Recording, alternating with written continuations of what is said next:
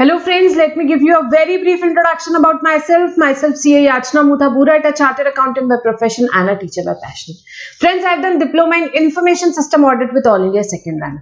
I am associated with various training institute here in Mumbai for training GST to professionals, job seekers and my dear students. I am a faculty for CA final indirect taxes. So बेटा this was a very brief introduction about myself. अब हम यहाँ पे जो course discuss करने वाले हैं उससे रिलेटेड कुछ 10 मिनट्स का डिस्कशन करेंगे एंड देन हम स्टार्ट करेंगे हमारा चैप्टर नंबर 1. सबसे पहले तो मैम ये किसके लिए बेटा सीए फाइनल जो अपीयर कर रहे हैं वो बच्चे इनडायरेक्ट टैक्स पेपर के लिए हम यहाँ पूरा डिस्कशन करने वाले हैं. यस हम उसमें कन्वर्ट करने वाले क्या मैम जीएसटी पढ़ेंगे, देन हम कस्टम्स पढ़ेंगे बेटा एंड देन हम एफटीपी पढ़ेंगे. ये तीनों चीजें हम पढ़ेंगे.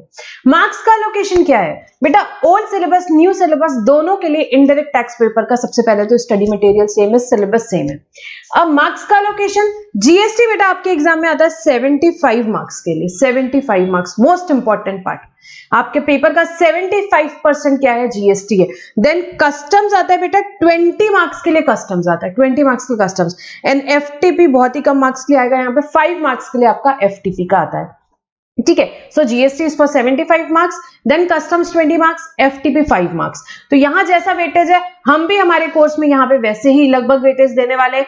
हमारा डिस्कशन मैम कितने घंटों में कंप्लीट होगा, तो बेटा यहाँ पे डिस्कशन हमारा कंप्लीट होगा 90 आवर्स में. ये कुछ बेसिक क्वेश्चंस है, बहुत सारे स्टूडेंट्स को डाउट रहते हैं, इसलिए मैं यहाँ पे सबसे पहले ये एड्रेस कर रही हूँ और फिर हम चैप्टर शुरू करेंगे. सो यहाँ पे हम 90 आवर्स में यहाँ पे ये कोर्स कंप्लीट करने वाले बेटा, जिसमें से 70 आवर्स हम किसके लिए एलोकेट करने वाले, GST along with question bank discussion. GST का डिस्कशन करेंगे, पूरा क्वेश्चन बैंक यहाँ पे डिस्कस करेंगे. कैसे, चैप्टर नंबर 1 पढ़ा GST in India and introduction, GST in India and introduction और इंट्रोडक्शन, उसमें हम उसके बाद क्या करने वाले हैं, उसका क्वेश्चन बैंक पढ़ेंगे. चैप्टर नंबर 2 हमारा सप्लाई है, उसके बाद हम सप्लाई का क्वेश्चन बैंक करेंगे एंड सो ऑन. पूरा जीएसटी बेटा मैंने डिवाइड किया यहाँ पे 25 चैप्टर्स में. हर एक चैप्टर के बाद उसका क्वेश्चन बैंक डिस्कस करेंगे. क्यों मैम ऐसा क्यों कर रहे हैं बेटा, हम प्रोविजंस तो पढ़ लेते हैं बट एग्जाम में जब अप्लाई करने आता है क्वेश्चंस में, यहाँ पे केस स्टडीज में, प्रैक्टिकल क्वेश्चंस में, तो थोड़े बच्चों को डिफिकल्टी आती है. इसलिए हम प्रोविजंस के साथ साथ ही उसके कैसे एग्जाम में क्वेश्चंस आ सकते हैं, एग्जाम लेवल क्वेश्चन सारे डिस्कस करेंगे, सो दैट आपको एग्जाम के लिए आप यू गेट प्रिपेयर्ड. बहुत अच्छे से यहाँ पे आपका प्रिपरेशन होता है, आपका कॉन्फिडेंस बूस्ट होता है आप यहाँ पे जब क्वेश्चन बैंक सॉल्व करते हैं. सो क्वेश्चन बैंक का डिस्कशन बहुत इंपॉर्टेंट है. तो सबसे पहले हम जीएसटी कंप्लीट करेंगे 70 आवर्स में along with all the full जो हमारा क्वेश्चन बैंक है, हम सारे क्वेश्चन यहाँ पे डिस्कस करने वाले हैं. देन हम 20 आवर्स में करने वाले हैं क्या, कस्टम्स और एफटीपी करेंगे बेटा. कस्टम्स और एफटीपी वो भी अलोंग विद क्वेश्चन बैंक, वो भी हम क्वेश्चन बैंक से करेंगे. अब कुछ बच्चों को पूछते हैं मुझसे कि भाई मैम क्वेश्चन बैंक का सोर्स क्या है, आपके क्वेश्चन बैंक में क्या क्या कवर्ड है. तो बेटा मैं बता दूं, क्वेश्चन बैंक में आईसीएआई के मटेरियल के सारे क्वेश्चन अवेलेबल है, सारे क्वेश्चंस हैं यहाँ पे अवेलेबल किए हैं उसमें. देन आरटीपी के जो भी क्वेश्चंस है वो सारी आरटीपी के यहाँ पे क्वेश्चंस है. एमटीपी जो होती है इंस्टीट्यूट की वो सारे क्वेश्चंस है, पास्ट एग्जाम के सारे क्वेश्चंस हैं उसमें. तो ये सारी चीजें हमारे क्वेश्चन बैंक में, बहुत ही बढ़िया कंप्रिहेंसिव यहाँ पे क्वेश्चन बैंक है. ऑल पॉसिबल क्वेश्चंस है यहाँ पे, ऑल पॉसिबल क्वेश्चंस है. किसी कंसेप्ट पे अगर मुझे कहीं क्वेश्चन नहीं मिला तो हमने डेवलप करके उसमें क्वेश्चंस डाले हुए हैं. तो सारे पॉसिबल क्वेश्चंस वहां पे जो कि हम डिस्कस करेंगे, तो आपको एग्जाम के लिए बहुत कॉन्फिडेंस आएगा. Similar kind of questions exam में आते हैं, तो आपको उस हर एक क्वेश्चन को कैसे अटेम्प्ट करना है, कैसे प्रेजेंटेशन देना है हर एक क्वेश्चन का एग्जाम में, वो सारी टेक्निक्स यहाँ पे क्वेश्चन बैंक के साथ साथ में डिस्कस करेंगे. ठीक है. बहुत एग्जाम ओरिएंटेड अप्रोच में ये कोर्स डिजाइन किया हुआ है, सो दैट आपको यहाँ पे एग्जाम में दिक्कत ना हो. यहाँ पे आप एग्जाम में बहुत अच्छे से, एक ही एक्सपेक्टेशन है मेरी सारे स्टूडेंट्स से जो ये कोर्स ले रहे हैं कि भाई हमें एग्जामिशन मिनिमम लेकर के आना है. बहुत इजीली पॉसिबल है, वो भी हम डिस्कस करेंगे. तो यहाँ पे हमारा कोर्स जो है वो हम ये 90 आवर्स में ये कंप्लीट करेंगे. और फिर आप मैम 100 आवर्स क्या बोलते रहते हो, तो बेटा उसके बाद हम रिविजन करेंगे 15 आवर्स में जीएसटी एंड कस्टम्स दोनों का. यहाँ पे जो रिवीजन होगा बेटा जीएसटी एंड कस्टम्स, हम यहाँ पे दोनों का रिवीजन करने वाले हैं. कितनी देर में, यहाँ पे सिर्फ 15 आवर्स में. क्योंकि दिक्कत क्या आती है, पढ़ तो सब लिया, अब यार एग्जाम के दिन रिवीजन नहीं हो पाया, तो फिर कुछ रिवाइज नहीं हो पाया तो दैट नहीं आता है. तो इसके लिए यहाँ पे ये रिवीजन डिजाइन किया हुआ है. समरी बुक एक डिजाइन की हुई है, आपने डेफिनेटली देखी होगी समरी बुक, बहुत ही ब्यूटीफुल समरी बुक बनी हुई है. सो दैट उससे क्या होगा, आप 15 घंटे में, यहाँ पे सिर्फ 15 घंटे में पूरे जीएसटी और पूरे कस्टम्स का रिवीजन कर सकते हैं. आपके पूरे पेपर का यहाँ पे आपका रिवीजन सिर्फ 15 घंटे में होगा। सो हमारा कोर्स कितना हुआ, यहाँ पे 90 आवर्स का हमारा बेसिक कोर्स है प्लस 15 आवर्स का हमारा रिवीजन है, तो टोटल 105 आवर्स आपको देने हैं सब्जेक्ट के लिए। सो फॉर एग्जाम्पल आप ये पूरा 90 आवर्स का कोर्स थोड़ा टाइम पहले कंप्लीट कर देते हैं तो आप 2 बार रिवीजन कर सकते हैं, 2 बार रिवीजन कर सकते हैं। तो ठीक है बेटा, ये हमारा ये डिस्कशन हुआ। अब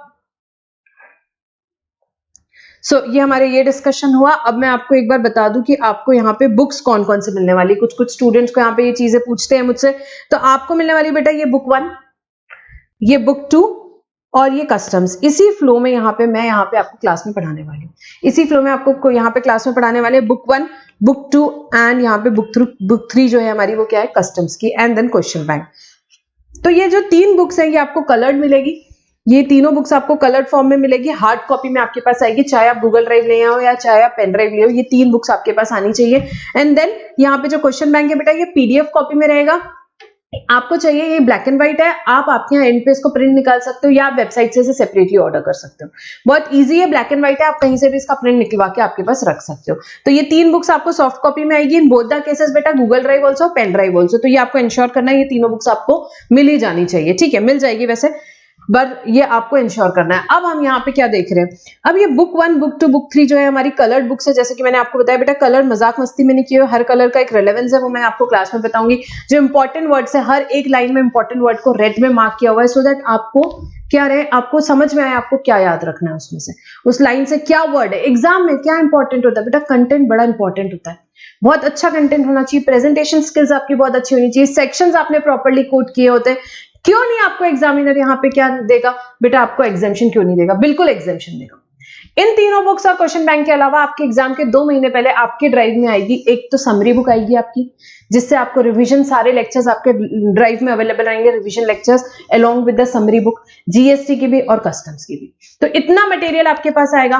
प्लस मैं आपको रिकमेंड करूंगी बेटा, आपको क्या करना चाहिए, टेस्ट सीरीज लगानी चाहिए, टेस्ट सीरीज ज्वाइन करनी चाहिए, वेबसाइट पे अवेलेबल है। जैसे कि हमारी तीनों बुक है, इन्हीं के फ्लो में टेस्ट सीरीज डिजाइन है, which is called as 3+1। That is what ma'am बेटा, 3+1 इज लाइक बुक 1 कंप्लीट हुई, उसके बाद बुक 1 का टेस्ट दे दिया, बुक 2 कंप्लीट हुई, उसके बाद बुक 2 का टेस्ट दे दिया, बुक 3 कंप्लीट हुई, उसके बाद बुक 3 का टेस्ट दे दिया, और उसके बाद 1 इज फुल टेस्ट दे दिया।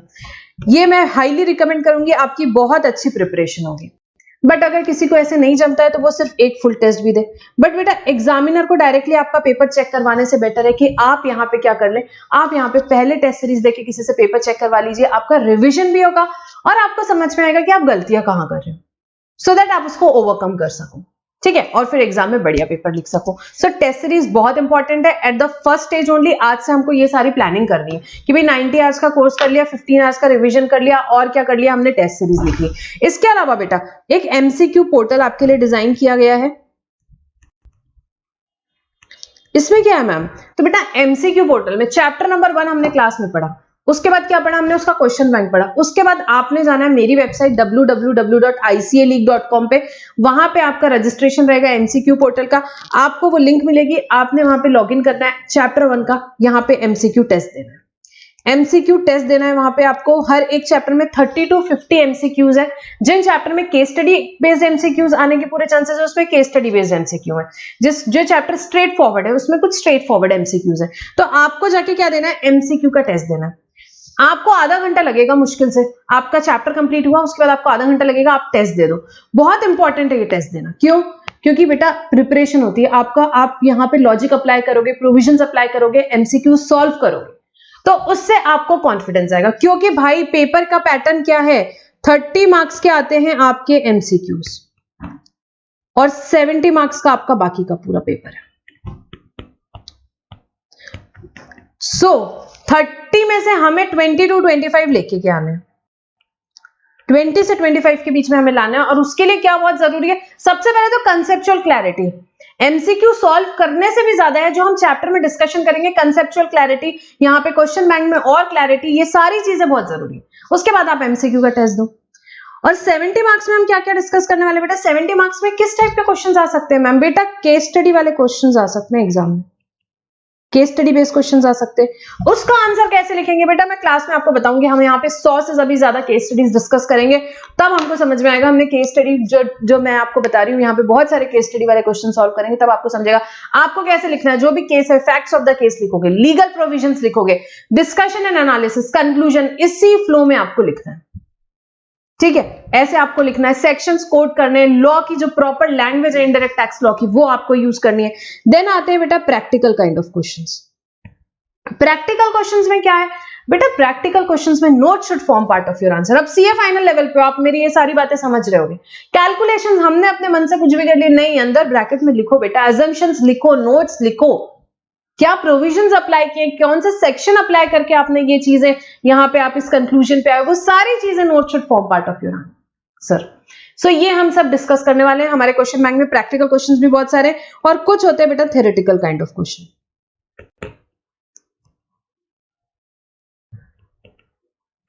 थ्योरेटिकल काइंड ऑफ क्वेश्चन बेटा जब भी आए बहुत बढ़िया है, बहुत ही बढ़िया है हमारे लिए। क्यों बढ़िया हमारे लिए? स्ट्रेट फॉरवर्ड क्वेश्चन होते हैं, एग्जाम में ज्यादा दिमाग लगाना नहीं पड़ता, आपको लिखना है बस। कुछ चैप्टर्स हैं, देखो सीए फाइनल लेवल पे ज्यादा क्वेश्चंस आएंगे case study practical, but theoretical questions भी आते हैं। कुछ चैप्टर्स है जैसे कि आपका एडवांस रूलिंग हो गया, उसमें कई बार थ्योरेटिकल क्वेश्चन पूछ लेते हैं। देन आपका रिफंड्स वाला चैप्टर, उसमें थ्योरेटिकल क्वेश्चन पूछ लेते हैं। कहीं से भी थ्योरेटिकल क्वेश्चंस थोड़े बहुत आ सकते हैं, वो मैं आपको बताऊंगी कौन से चैप्टर से हम जब क्वेश्चन बैंक डिस्कस करेंगे तो थ्योरेटिकल क्वेश्चंस आने के ज्यादा चांसेस है।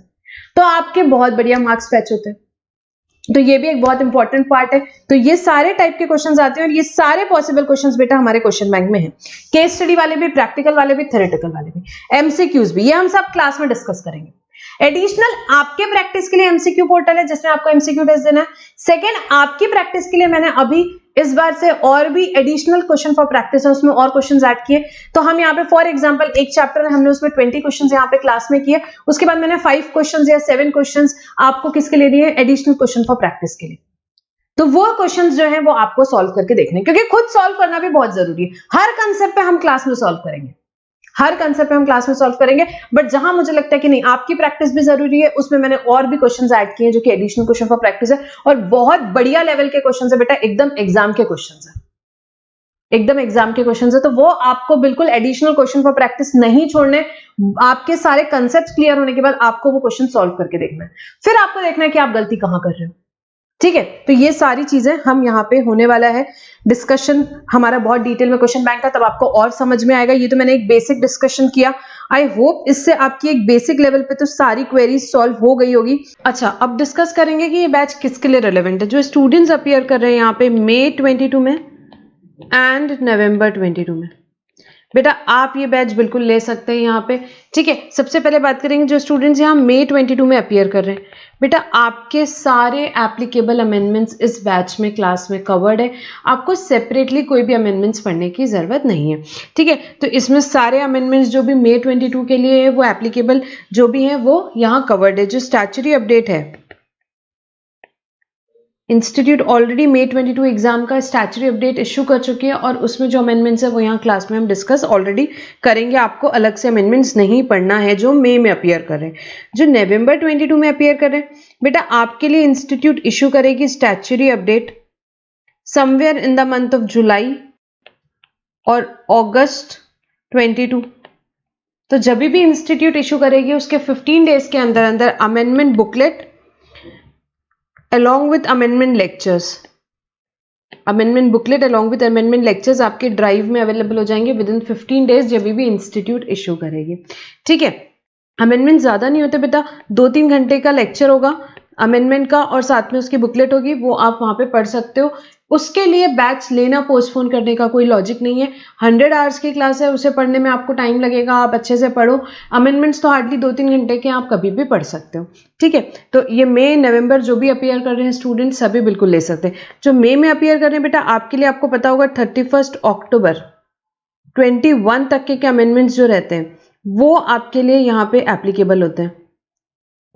वो एप्लीकेबल होते हैं। तो वो सारे उस दिन तक के जो भी अमेंडमेंट्स हैं यहाँ पे आपके इंस्टीट्यूट स्टैट्यूटरी अपडेट के थ्रू आपको यहाँ पे नोटिफाई करता है कि भी आपको इसमें से कौन कौन से एप्लीकेबल है और वो क्लास में डिस्कस किए। तो मई 22 के लिए फुल्ली अमेंडेड बैच है, आपको अलग से अमेंडमेंट्स नहीं पढ़ने।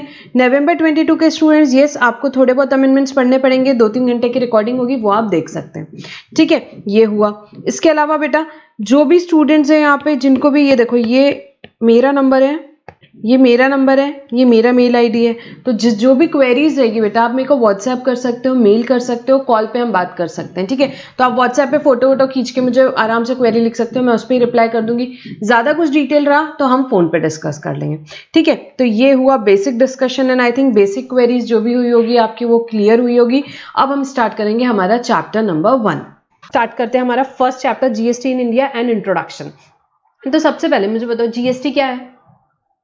Ma'am goods and service tax. Okay, tax. सबसे पहले मुझे बताओ टैक्स मतलब क्या। Tax, what do you mean by tax. Tax क्या है? आपको ऑप्शन है, आप खुशी खुशी गवर्नमेंट को जाके दे रहे हो, भाई ये लो यार 50 लाख रख लो मेरा टैक्स, ये लो 10 लाख रख लो, ये लो 5 लाख रुपए रख लो, ये लो 5,000 रुपए रख लो। आप खुशी खुशी जाके दे रहे हो, आपके पास ऑप्शन है, आपको देना है तो दो, नहीं देना है तो नहीं। नहीं, it is a mandatory levy, it is a mandatory financial charge और levy imposed by a taxpayer on an individual or legal entity by government in order to fund various public expenditure। थोड़ा basic है but 2 minute समझिए। Base से concept clear करने, मुझे एकदम आपके concept start to and पूरे क्लियर करने और 100 आवर्स मोर देन सफिशिएंट है, तो कंसेप्ट पे हम बराबर ध्यान देंगे। ये बहुत बेसिक है, आई नो आप सब सीए फाइनल लेवल पे हो, बट 2 मिनट। तो टैक्स क्या है? टैक्स एक मैंडेटरी कॉन्ट्रीब्यूशन है, गवर्नमेंट को देना है। गवर्नमेंट को पैसे क्यों चाहिए भाई? गवर्नमेंट को पैसे इसीलिए चाहिए, टैक्स इसीलिए चाहिए क्योंकि गवर्नमेंट की बहुत सी रिस्पॉन्सिबिलिटीज है, जो रिस्पॉन्सिबिलिटीज उनको फुलफिल करनी है। इंफ्रास्ट्रक्चर डेवलप करना है, रोड्स डेवलप करने हैं, ब्रिजेस डेवलप करने, उसके लिए पैसे तो चाहिए, फंड्स तो चाहिए। और फंड्स कहां से मिलेगा? फंड्स आएंगे टैक्स से। ठीक है, अब टैक्स दो टाइप के होते हैं, एक डायरेक्ट टैक्स, एक इनडायरेक्ट टैक्स। डायरेक्ट टैक्स मतलब taxable person and the person effectively paying the tax are one and the same, for example income tax. ठीक है, अब ये आप समझो, जो टैक्स पे कर रहा है और जिसको उसका बर्डन पड़ रहा है वो एक ही इंसान है। जैसे कि फॉर एग्जाम्पल मैंने मेरे, समझ लीजिए जीएसटी की कंसल्टेंसी से मुझे इस साल 50 लाख का प्रॉफिट हुआ। ठीक है, 50 लाख मेरी नेट इनकम है, तो मैं टैक्स पे करूंगी, करेक्ट? या मैं सबसे मांगूंगी, मेरे क्लाइंट से, अरे मेरे को इनकम टैक्स पे करना है, लाख रुपए आप दो, 50,000 आप दो, 50,000 आप दो। नहीं, बर्डन मेरा, टैक्स भी मेरे को पे करने की रिस्पॉन्सिबिलिटी है, बर्डन भी मेरा है। फॉर एग्जाम्पल ये क्लासेस से मुझे 10 लाख की इनकम हुई। ठीक है, अब मैंने बोला कि यार आप 5,000 दो, आप 5,000 दो, आप 5,000 दो, क्यों? क्योंकि मेरे को यार टैक्स पे करना पड़ रहा है, इनकम टैक्स पे करना पड़ रहा है। नहीं भाई, कोई नहीं देगा। Income tax, taxable person and person effectively paying the tax are one and the same. Second, indirect tax. Indirect tax मतलब क्या? Taxable person and the person effectively paying the tax are different. Example GST. अब इस पे तो हम example भी लेंगे एक। अब फॉर एग्जाम्पल मिस्टर ए है mobile shop owner,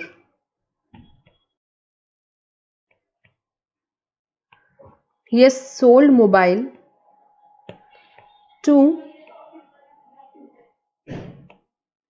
miss Neha. Miss Neha को उन्होंने मोबाइल सेल किया, नेहा को उन्होंने मोबाइल बेचा, मोबाइल की वैल्यू है say for example 50,000 rupees, at GST लगा उसमें फॉर एग्जाम्पल 12%, कितना हो गया? 6,000 रुपीज, टोटल 56,000 रुपीज। ठीक है, अब मिस्टर ए ने नेहा को क्या दिया? मिस्टर ए ने नेहा को मोबाइल दिया, नेहा ने क्या दिया? नेहा ने मिस्टर ए को क्या दिया? पैसे दिए भाई। She has paid 56,000 rupees to mister A. Mister A ने क्या किया? 50,000 तो खुद रिटेन कर लिए, और 6,000 रुपए का वो क्या करेंगे? 6,000 रुपए का क्या करेंगे आप बताओ?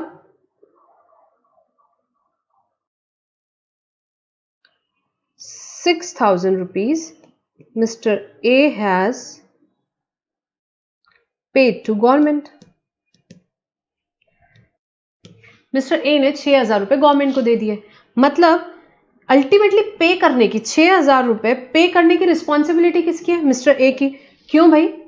मिस्टर ए टैक्सेबल पर्सन है, मिस्टर पे को रिस्पॉन्सिबिलिटी दी गई है कि पे आपको करना है, पेमेंट की रिस्पॉन्सिबिलिटी आपकी। कलेक्ट किससे करोगे? आप कंज्यूमर से कलेक्ट करना ना, आपने मिस नेहा से कलेक्ट कर लिया, तो अल्टीमेट बर्डन किसको पड़ा? बर्डन मिस नेहा को पड़ा। क्यों? नेहा ने 6,000 रुपए दिए ना, नेहा के पॉकेट से गए, नेहा को उसका बर्डन पड़ा, बट पे करने की रिस्पॉन्सिबिलिटी किसकी है? मिस्टर ए की। तो the person who is paying the tax, that is mister A, and the person who ultimately bears the burden, that is miss Neha, are different person, and that is the basic feature of any indirect tax. अभी GST है, पहले excise था, VAT था, कोई भी indirect tax हो, उसका basic feature ये है कि the taxable person, the person effectively paying the tax is different, the payment is made, the responsibility to payment is given on some other person, and the burden, ultimate burden is on the final consumer. समझा? Miss Neha ने 6,000 रुपए पे किए, miss Neha 6,000 रुपए का credit भी ले लेगी बाद में, करेक्ट? वो क्रेडिट ले लेगी। क्रेडिट का मतलब क्या होता है? यहां पे चलो इतना डिस्कशन हुआ है, हम क्रेडिट का भी डिस्कशन कर लेते हैं। क्रेडिट का मतलब क्या? फॉर एग्जाम्पल मिस नेहा ने ये फोन आगे याचना को सेल कर दिया फॉर 1 लाख, ठीक है, ये फोन याचना को सेल कर दिया for 1 lakh at GST at the rate of 12%, 12,000 रुपए, टोटल हो गए 1,12,000 रुपए। याचना ने नेहा को 1,12,000 रुपए पे भी कर दिए। अब नेहा को गवर्नमेंट को टैक्स पे करना है। नेहा को किसको पे करना है? गवर्नमेंट को टैक्स पे करना है। कितना पे करना है? नेहा ने कितने कलेक्ट किए भाई? नेहा ने कलेक्ट किया 12,000, तो आउटपुट टैक्स नेहा का कितना है? 12,000 लेस, नेहा ने 1,12,000 रुपए याचना से लिए, अब 12,000 रुपए उसने गवर्नमेंट को देने चाहिए, बट 6,000 रुपए ऑलरेडी उसने उसके बिहाफ में गवर्नमेंट के पास जमा है, करेक्ट? तो आउटपुट टैक्स 12,000, उसका लेस इनपुट टैक्स 6,000, तो नेट 6,000 रुपीज अब नेहा गवर्नमेंट को पे करेगी, and this system is called as input tax credit. ये होता है इनपुट टैक्स क्रेडिट। ये एक्चुअली बार बार काम आएगा, इसीलिए मैंने यहां पे ये एग्जांपल लिया है। ये आपको समझा कि भाई अल्टीमेट, यहां पे सबसे पहले हमने समझा कि इनडायरेक्ट टैक्स का मतलब क्या होता है। इनडायरेक्ट टैक्स का मतलब the person who is paying the tax, that is mister A and miss Neha, they are different. Burden जो है वो अल्टीमेट कंज्यूमर के पास होता है। और सेकंड कंसेप्ट हमने समझा कि भाई इनपुट टैक्स क्रेडिट का मतलब क्या, ये आपने सबने आईपीसीसी लेवल में पढ़ा होगा, बट हम एक बार और डिस्कस करते हैं कि आउटपुट टैक्स नेहा का अभी कितना आ रहा है? 12,000 रुपीज, लेस इनपुट टैक्स उसने 6,000 लिया, अल्टीमेटली उसको गवर्नमेंट को 6,000 देने, क्योंकि जो नेहा ने ए को पे किए थे 6,000 रुपीज, जो नेहा ने ए को पे किए थे 6,000 रुपीज, वो ऑलरेडी गवर्नमेंट के पास है नेहा के नाम पे, तो वो उसका क्रेडिट ले सकती है। ठीक है, ये आपको कंसेप्ट समझा और समझते जाएगा हम लोग जैसे जैसे डिस्कस करेंगे। अब सबसे पहले मुझे एक बात बताओ यार, इनडायरेक्ट टैक्स समझा? इनडायरेक्ट टैक्स मतलब क्या? The person, taxable person and the person effectively paying the tax is some other. जैसे कि मिस्टर ए ने नेहा से टैक्स लिया और गवर्नमेंट को पे किया, लाइबिलिटी सबसे फर्स्ट ट्रांजैक्शन में मिस्टर ए की थी, बट अल्टीमेटली कलेक्ट उन्होंने नेहा से किया। ठीक है, दिस इज द। फिर सेकेंड लेवल पे नेहा की लाइबिलिटी थी, बट अल्टीमेटली कलेक्ट उसने याचना से किया और गवर्नमेंट को पे किया, और जब गवर्नमेंट को पे किया तो उसके पास क्रेडिट पड़ा था, वो यूज कर लिया। ठीक है, अब यहां तक तो हो गया। अब मेरे को समझ में नहीं आ रहा यार, जीएसटी क्यों आया? आप सब लोग सोच रहे हो यार एक्साइज था, वैट था, सर्विस टैक्स था, इतने बढ़िया बढ़िया लॉ बनाए थे, जीएसटी को लाने की जरूरत क्या थी? कोई प्रॉब्लम थी पिछले इनडायरेक्ट टैक्स स्ट्रक्चर में, या ऐसे ही मस्ती कर रहे हैं? कुछ तो डेफिशिएंसी रही होगी, and which is important also as far as exam is also concerned. Deficiency in earlier tax law, आपको थ्योरेटिकल क्वेश्चन आ सकता है इस पे। तो अब देखो फिर से एग्जाम्पल से समझते हैं, थोड़ी देर एग्जाम्पल से चलेंगे अभी, और उसी से आपके कंसेप्ट आपको याद रहने वाले हैं। तो सबसे पहले तो पुराने कौन से मेजर लॉ थे वो 1-2 मिनट आप समझो। सबसे पहले एक्साइज ड्यूटी, याद है? भूल गए? अभी भी है बॉस, वैट एक्साइज खत्म नहीं हुआ है, किस किस प्रोडक्ट में है वो हम डिस्कस करेंगे बाद में। ठीक है, सबसे पहले जो मेजरली पुराने लॉ थे एक्साइज, वैट और सर्विस टैक्स, उनके बारे में डिस्कस करते हैं। तो चलो याद करो, एक्साइज ड्यूटी कौन से गवर्नमेंट का रेवेन्यू था? सेंट्रल गवर्नमेंट का। ठीक है, सेकेंड चीज, एक्साइज ड्यूटी किस पे लगती थी? मैन्युफैक्चरिंग। जैसे ही मैन्युफैक्चर हुआ प्रोडक्ट, लेवी हो जाती थी। उसका पेमेंट कब करना पड़ता था? उसका पेमेंट करना पड़ता था रिमूवल पे। याद आया आपको? कोई भी चीज मैन्युफैक्चर हो, एक्साइज ड्यूटी लग गई। सेकेंड, वैट सेल पे लगता था। कौन से गवर्नमेंट का रेवेन्यू था? State government. Third, service tax central government का रेवेन्यू था। किस पे लगता था? Provision of services. मैं मेरे क्लाइंट को कंसल्टेंसी सर्विसेज दे रही हूं, मुझे लग जाता था सर्विस टैक्स। अब थोड़े एग्जाम्पल से समझते हैं, थ्योरेटिकल लेवल पे आएंगे, आपको एग्जाम में तो यही लिखना है, बट एक बार इसके पहले एग्जाम्पल समझते हैं हम कि ये टैक्सेस को क्यों जाने की जरूरत थी और जीएसटी को क्यों आने की जरूरत थी, और सबसे पहले तो इन टैक्सेस में प्रॉब्लम ही क्या थी। अब आप मेरे को एग्जाम्पल से कुछ कुछ चीजें आप बताओ मुझे। चलो ठीक है, मैं याचना हूं। याचना ने क्लाइंट्स को कंसल्टेंसी सर्विस दी। टैक्स कौन सा लगेगा बताओ? सर्विस टैक्स लगेगा भाई। ठीक है, तो याचना ने फॉर एग्जांपल इस महीने का बिल रेज किया एक क्लाइंट पे 1 लाख रुपीज का, add service tax at the rate of 15%, 15,000 rupees, 1,15,000 rupees. Client ने याचना को दे दिए 1,15,000 रुपीज। दे गई, काम करवाना नहीं करवाना? ठीक है, अब याचना को ना ये सर्विस देने के लिए ना, कैसे सर्विस देती? याचना को काम करने के लिए लैपटॉप चाहिए, आईपैड चाहिए। तब याचना ने क्या किया, एक लैपटॉप खरीदा था इसी महीने इस सर्विस के लिए। या ठीक है, अब उस लैपटॉप मिस्टर एक्स से खरीदा याचना ने, लैपटॉप सेलर है। अब उन्होंने लैपटॉप याचना को दिया, वैल्यू हो गई लैपटॉप की से 50,000 रुपीज। ठीक है, उस पर उन्होंने क्या लगाया? वैट लगाया। लैपटॉप के सेल पे क्या लगता था? वैट लगता था।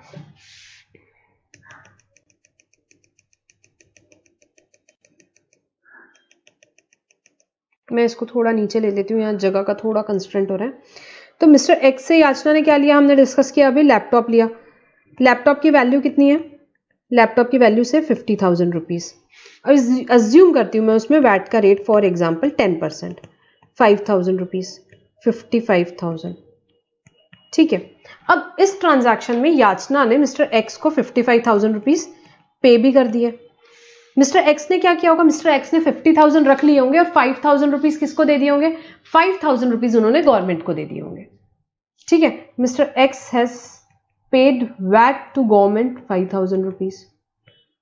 ठीक है, ये एक चीज हुई इस ट्रांजैक्शन में। सेकेंड ट्रांजैक्शन में याचना ने क्लाइंट से 1,15,000 रुपए लिए। 1 लाख रुपए बढ़िया खुद रख लिए, 15,000 रुपए तो सर्विस टैक्स के नाम के लिए थे क्लाइंट के। तो याचना ने क्लाइंट के जो भी सर्विस टैक्स के पैसे लिए थे 15,000 रुपए, she is paid to the government. Which government? Central government. VAT कौन सा गवर्नमेंट का होता था? स्टेट गवर्नमेंट का। तो मिस्टर एक्स ने वैट जो है स्टेट गवर्नमेंट का 5,000 रुपीज पे कर दिया। याचना ने सेंट्रल गवर्नमेंट को सर्विस टैक्स के 15,000 रुपए पे कर दिए। अब देखो प्रॉब्लम क्या है। अब प्रॉब्लम यह है कि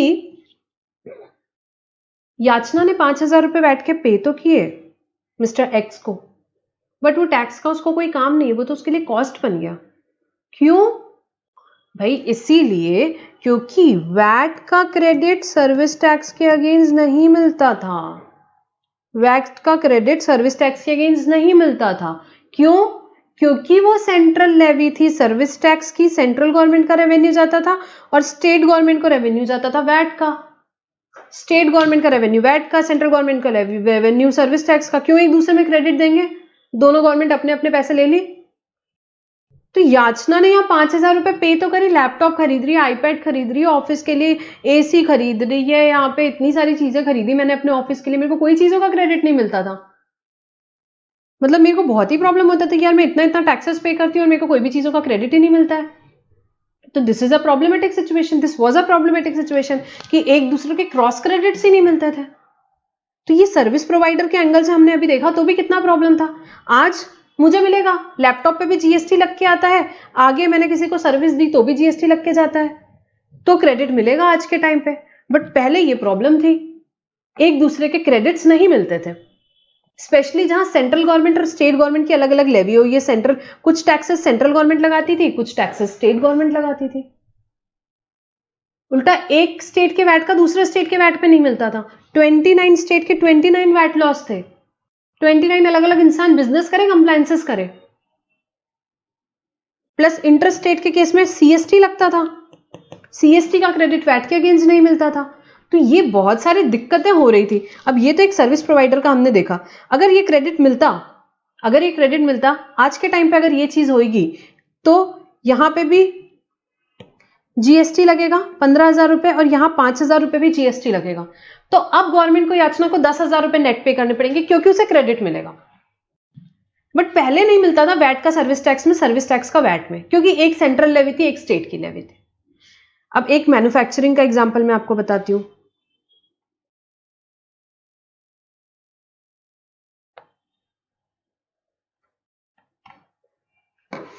ठीक है, एक और एग्जांपल समझते हैं हम। मिस्टर ए गुड्स सेल किए मिस्टर बी को और मिस्टर बी ने आगे गुड्स सेल किए मिस्टर सी को। ठीक है, अब मिस्टर ए जो है वो मैन्युफैक्चरर है, मिस्टर बी डिस्ट्रीब्यूटर है, ये आगे होलसेलर है, फिर आगे रिटेलर और वो सारी चेन रहेगी, रिटेलर फाइनल कंज्यूमर। हम अभी इतनी चेन डिस्कस करते हैं। तो मैन्युफैक्चरर है, तो इन्होंने एक मोबाइल बनाया जिसकी वैल्यू है 1 लाख रुपीस। उस पे मैन्युफैक्चरिंग है, क्या लगेगा? एक्साइज ड्यूटी लगेगी। यस, एक्साइज ड्यूटी लगी। रेट अज्यूम करते हैं 10% फॉर सिंप्लिसिटी।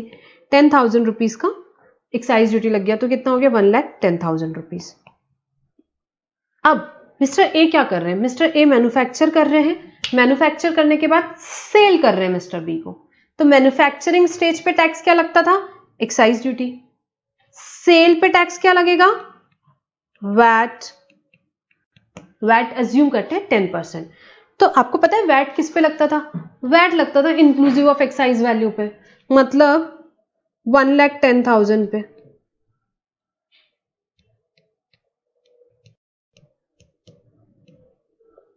$1,10,000 पे और नॉट ऑन 1 लाख।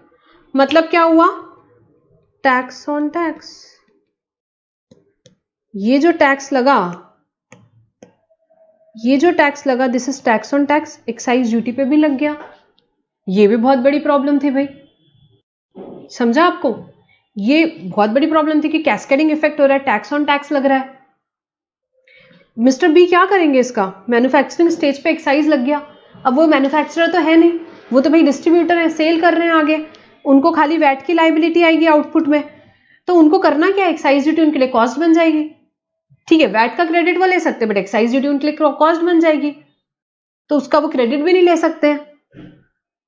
तो वैट तो उनके यूज आ जाता था, बट एक्साइज ड्यूटी उनके यूज नहीं आती थी, क्योंकि there was no CENVAT after the manufacturing stage. फिर इसके बाद थर्ड प्रॉब्लम भाई, अगर उन्होंने फॉर एग्जांपल मिस्टर सी ने आगे मिस्टर डी को सेल किया और ये इंटरस्टेट सेल है, तो टैक्स लगता था सीएसटी। सीएसटी के पेमेंट के लिए वैट का क्रेडिट मिस्टर सी को काम नहीं आएगा। तो ऐसी बहुत सारी दिक्कतें होती थी, सीएसटी के अगेंस्ट वैट का क्रेडिट नहीं था, तो एक टैक्स पे दूसरे टैक्स का क्रेडिट नहीं मिलना, ये बहुत बड़ी प्रॉब्लम थी। तो ये सारी प्रॉब्लम्स जो थी, these were the deficiencies of the earlier tax system. ठीक है, अब एक बार हम लोग यहाँ पे थ्योरेटिकल डिस्कशन पे आते हैं। एग्जाम में तो आपको यही लिखना है। तो deficiencies, what are the deficiencies in the earlier tax law? Exam में ऐसे आ सकता है आपको directly. So first is cascading effect of taxes, जो हमने डिस्कस किया एग्जाम्पल से, कि there were cascading effect of taxes on account of levy of non vatable CST. सबसे पहले नॉन वैटेबल सीएसटी लगता था और वो आगे जाके नहीं मिलता था। जैसे कि यहाँ पे इस एग्जाम्पल को हम और कंटिन्यू करते हैं। फॉर एग्जाम्पल मिस्टर बी ने इस प्रोडक्ट को मिस्टर सी को आगे 2 लाख रुपीज में सेल कर दिया और 2 लाख पे 10% वैट लगाया, 20,000 रुपीज, 2,20,000। और मिस्टर सी ने मिस्टर डी को अज्यूम करते हैं, मिस्टर सी ने मिस्टर डी को फॉर एग्जाम्पल 3 लाख में ये सेल कर दिया और इस पर टैक्स लगा, सीएसटी का रेट नहीं था, बट फिर भी हम अज्यूम करते फॉर सिंप्लिसिटी 10%, 30,000, 3,30,000 सीएसटी लगा। अब उनको पे क्या करना है? सीएसटी। अब उनके पास यहां पे वैट लग के आया है, B2C ट्रांजैक्शन में वैट लग के आया है, 20,000 का वैट मिस्टर सी ने पे किया, बट सीएसटी के आउटपुट के लिए उसका यूज ही नहीं कर सकते और आगे सीएसटी का क्रेडिट भी मिस्टर डी को नहीं मिलता था। सबसे levy of non vatable CST मतलब मिस्टर डी को सीएसटी का क्रेडिट नहीं मिलता था। ये सबसे बड़ी प्रॉब्लम थी कि सीएसटी का क्रेडिट नहीं मिलता था। तो सीएसटी का क्रेडिट नहीं मिलेगा तो मिस्टर डी के लिए वो 30,000 रुपीज कॉस्ट बन गई। सीएसटी का क्रेडिट क्यों नहीं मिलता था वो हम डिस्कस करेंगे डिटेल में कि क्यों नहीं मिला सीएसटी का क्रेडिट, वो अभी आगे आई थिंक 15-20 मिनट्स के बाद डिटेल डिस्कशन में आएगा। बट सीएसटी का क्रेडिट नहीं मिलता था तो ये भी मिस्टर डी के लिए प्रॉब्लम किया। टैक्स तो पे कर रहे हैं, कॉस्ट बनते जा रही, यहां पे एक्साइज पे किया कॉस्ट बन गई, यहां पे सीएसटी पे किया कॉस्ट बन गई। तो ये सारी प्रॉब्लम्स थी, पुराने इनडायरेक्ट टैक्स स्ट्रक्चर ही ऐसा था कि ये प्रॉब्लम्स आ रही थी। तो चलो अब एक बार थ्योरेटिकल डिस्कशन पे आते हैं वापस। So there was cascading effect on account of taxes on account of levy of non vatable CST. Non vatable CST मतलब कि भाई जिसका मेरे को क्रेडिट ही नहीं मिल रहा है, सीएसटी लग रहा है, मिस्टर डी को सीएसटी लग रहा है, बट कैस्केडिंग इफेक्ट हो रहा है, ऑब्वियसली उनके लिए कॉस्ट बन रही है वो। Then inclusion of CENVAT in the value for imposing VAT, ये हमने देखा। एक्साइज ड्यूटी इंक्लूड होती for the purpose of levy of VAT, यहाँ पे हमने एग्जांपल में भी देखा था कि ये एक्साइज ड्यूटी इंक्लूड हो रही है for the purpose of levy of VAT. तो this was a major problem. Then there was no CENVAT after the manufacturing stage, ये भी हमने डिस्कस किया कि भाई सैनवैट था ही नहीं मैन्युफैक्चरिंग स्टेज के बाद। डिस्ट्रीब्यूटरशिप और रिटेलर और ये सारे लोग तो वैट ही लगाएंगे क्योंकि ये सेल कर रहे हैं। एक्साइज ड्यूटी तो खाली मैन्युफैक्चरिंग स्टेज पे लग रही है, तो ये डिस्ट्रीब्यूटर होलसेलर इन्होंने जो सैनवैट पे किया ये इनको क्रेडिट ही नहीं मिलता था। Then non integration of VAT and service tax, एक सेंट्रल गवर्नमेंट की लेवी थी, एक स्टेट गवर्नमेंट की लेवी थी, दोनों का इंटीग्रेशन ही नहीं था। गुड्स पे एक कलेक्ट हो रहा है टैक्स, सर्विस पे अलग एक टैक्स कलेक्ट हो रहा है। अभी तो GST is one, goods and service tax. Double taxation, और ये तो मेजर प्रॉब्लम थी, double taxation of a transaction both as goods and services. अब रेस्टोरेंट एंड केटरिंग सर्विस, इसको वैट वाले बोलते थे भाई गुड्स है, सर्विस टैक्स वाले बोलते थे नहीं नहीं नहीं सर्विस है। अब वैट वाले बोल रहे हैं गुड्स है, सर्विस टैक्स वाले बोल रहे हैं सर्विस है। तो वैट वाले लगा रहे वैट, स्टेट गवर्नमेंट लगा रही वैट, सेंट्रल गवर्नमेंट लगा रही सर्विस टैक्स, दोनों टैक्स पे कर रहे हैं लोग। डबल टैक्सेशन हो रहा था क्योंकि गुड्स और सर्विस, कोई बोल रहा है गुड्स है, कोई बोल रहा है सर्विस है, लोग टैक्स पे कर रहे हैं। तो देयर वाज डबल टैक्सेशन, इन बहुत सारे केसेस में डबल टैक्सेशन हो रहा था उस टाइम पे। The non inclusion of several local levies in the state VAT, अरे एक तो वैट हुआ स्टेट गवर्नमेंट का टैक्स, उसके अलावा luxury tax, entertainment tax and so on, इतने सारे लोकल लेवल पे टैक्सेस लगते थे। देयर वर मल्टीपल टैक्सेस, मतलब बिजनेस करो टैक्स संभालो यही नहीं समझ में आता था। इतने कंप्लायंसेस, इतने टैक्सेस, 29 स्टेट्स, 29 वैट के रिटर्न्स, 29 अलग अलग रेट, सबके प्रोविजन अलग, बहुत ज्यादा मुश्किल थी पुराने टाइम पे बिजनेस करने में। So these were the major deficiencies in the earlier law. This could come in a theoretical question, ये आपको याद रखना है। एक ऐसे लॉ की आने की बहुत जरूरत थी जो आपको एक कंटिन्यूस फ्लो ऑफ क्रेडिट दे। सबसे बड़ी प्रॉब्लम क्या थी कि आपकी क्रेडिट की चेन आपकी जो थी वो ब्रेक हो रही थी, वो सबसे बड़ी प्रॉब्लम थी जीएसटी के पहले। तो ऐसे एक लॉ की जरूरत थी कि जो भाई एक वैल्यू एडेड टैक्स भी हो, continuous seamless flow of credit दे, और ये इसी कंसेप्ट पे हमारा जीएसटी आया। चलो हम सबसे पहले एक थोड़ा बेसिक कंसेप्ट जीएसटी का डिस्कस करते हैं। GST is a value added tax levied on manufacture, sale, consumption of goods and services. Goods पे भी लगता है, सर्विसेज पे भी लगता है, चाहे मैन्युफैक्चरिंग हो, चाहे सेल हो, चाहे सर्विस हो, प्रोविजन ऑफ सर्विस हो, हर एक चीज पे जीएसटी लगता है। Now the GST is on supply. GST का लेवी पॉइंट क्या है? सप्लाई पे जीएसटी लगता है। सप्लाई की डेफिनेशन हम सेकेंड लेक्चर में पढ़ेंगे।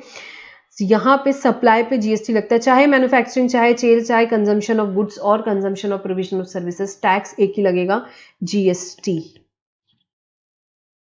समझा आपको?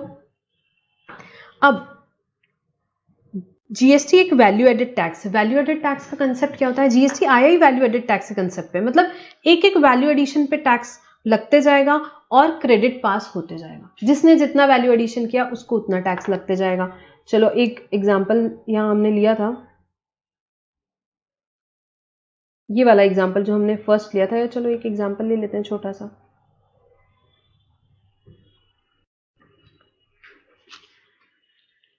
मिस्टर ए ने मिस्टर बी को गुड्स सेल किए और मिस्टर बी ने मिस्टर सी को। मिस्टर ए ने गुड्स सेल कितने पे किए? फॉर एग्जांपल 1 लाख में, at GST at the rate of 12%, 12,000 rupees. 1,12,000 rupees. इसी गुड्स को मिस्टर बी ने मिस्टर सी को सेल कर दिए। Value for example 2 lakh. देखो इतना एक का दो नहीं होता है, बट अपन सिंप्लिसिटी के लिए देख रहे हैं। At GST rate of 12%, 24,000, 2,24,000 rupees. ठीक है, अब गवर्नमेंट को कौन कैसे टैक्स देगा, देखो ये समझना जरूरी है, इसलिए यहां पे से आपको समझना पड़ेगा। तो मिस्टर ए गवर्नमेंट को क्या देंगे आप बताओ। हम ये अज्यूम करते हैं मिस्टर ए फर्स्ट डीलर है, इसके पहले उनके पास कोई क्रेडिट आया हुआ नहीं है। तो मिस्टर ए सबसे पहले गवर्नमेंट को कौन कितना टैक्स देगा, मिस्टर ए देंगे। और अज्यूम अभी कर रहे हैं सिर्फ एक ही GST, no C S I, ये सब कॉम्प्लिकेट करेंगे हम थोड़ी देर बाद। एक बार आप पहले सिंपल लेवल पे जीएसटी का कंसेप्ट समझो। ठीक है, तो मिस्टर ए गवर्नमेंट को कितना पे करेंगे, 12,000 रुपीज मिस्टर ए ने पे कर दिया। ठीक है भाई, अब इसके बाद मेरे को बताओ मिस्टर बी ने वैल्यू एडिशन कितना किया। मिस्टर बी ने 1 लाख का गुड्स था, उस पर प्लस 1 लाख का वैल्यू एडिशन किया, 1 लाख और एक्स्ट्रा का वैल्यू एडिशन किया। तो गवर्नमेंट को मिस्टर बी कितना पे करेंगे, तो देखो मिस्टर बी ने का आउटपुट टैक्स कितना है 24,000 सेल पे। बी ने सी को कितने पे बेचा, 2 लाख पे, उस पे टैक्स कितना लगा 24,000। 24,000 is the output tax of Mr. B which he is liable to pay to government either by cash or by use of credit. Okay, output tax Mr. B के पास कितना है 24,000 less input credit Mr. B के पास कितना है आप बताओ मुझे, 12,000 rupees. ये पे किया ना मिस्टर बी ने मिस्टर ए को, 12,000 रुपए ऑलरेडी पे कर दिए मिस्टर बी ने मिस्टर ए को, और जो मिस्टर ए ने गवर्नमेंट को ऑलरेडी पे कर दिए। तो ये 12,000 रुपए, तो नेट 12,000 रुपए मिस्टर बी को गवर्नमेंट को पे करने। तो मिस्टर बी गवर्नमेंट को पे करेंगे 12,000। गवर्नमेंट के पास टोटल पैसे कितने आए आप मुझे बताओ, 24,000 आए। जितना अल्टीमेटली फाइनल लेवल तक के उस प्रोडक्ट पे टैक्स लगा है, आगे भी जाओ सी से डी, डी से ई, डी से एफ, कितना भी चले जाओ, जितना फाइनल उस प्रोडक्ट पे फाइनल टैक्स लगा है उतना गवर्नमेंट के पास पहुंच जाएगा। और पहुंचाएगा कौन, जो जितना वैल्यू एडिशन करते जाएगा वो पहुंचाते जाएगा। समझा आपको। तो ये होता है कंसेप्ट ऑफ वैल्यू एडिशन।